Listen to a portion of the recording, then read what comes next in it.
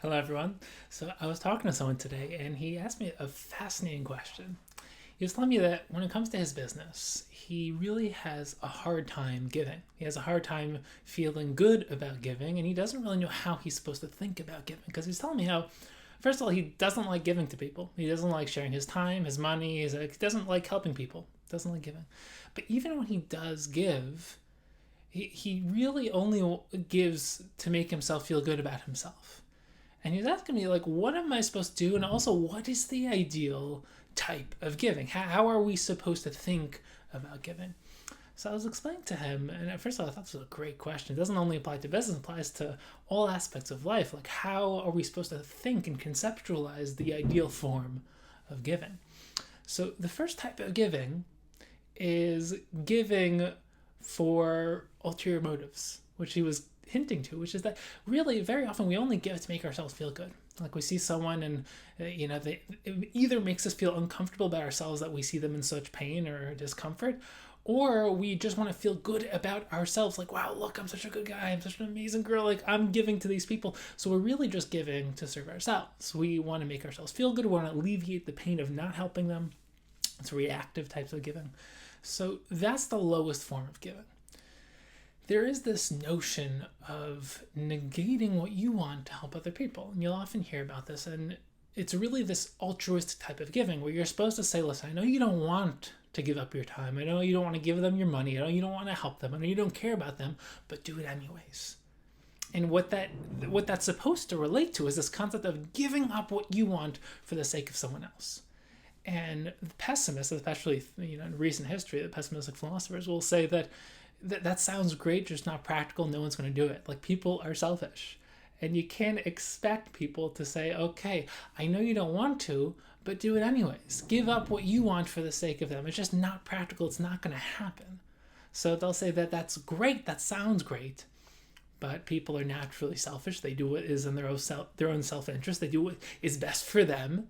And if it's not going to help them, they're not going to do it. There is this third form of giving, which is completely different, which is where you're not giving for some ulterior motive because you're really interested in your own self-interest, and you're not giving up what you want. You're not giving up your own self-interest to help someone else, but you actually reframe how you see other people.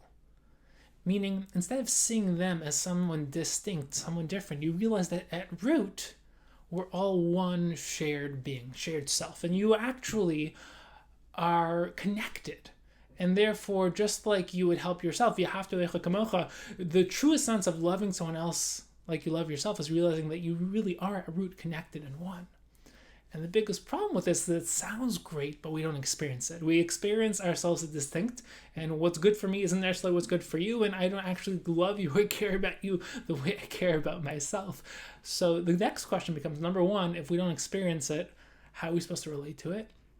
And if we don't experience it, how are we supposed to actually do it if we're not motivated by it? So I think that there are three approaches. Number one is obviously fake it till you make it. Meaning, we don't experience that world of oneness. We don't experience that spiritual reality, that spiritual root, but just do it anyways. Do it and eventually you'll feel it. And number two is practice contemplating. Before you engage in the world every morning, you have to focus your mind, fixate your awareness, and really start to focus on at root we really are connected. And I could stop being more selfish by realizing that we really are a part of something bigger than ourselves. But number three, and this is the deepest idea, is that we love that which we give ourselves to.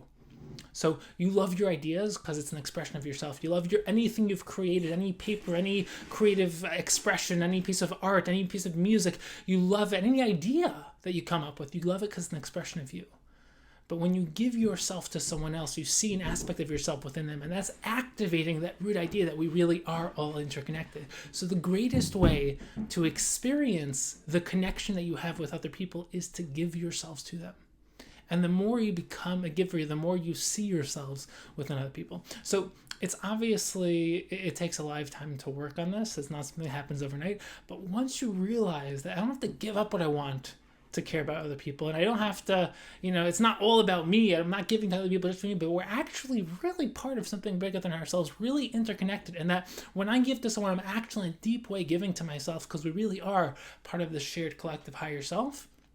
It transforms the way that you give. So think about that. You can, create your own plan for how you want to work on it, but this is just something really incredible to think about.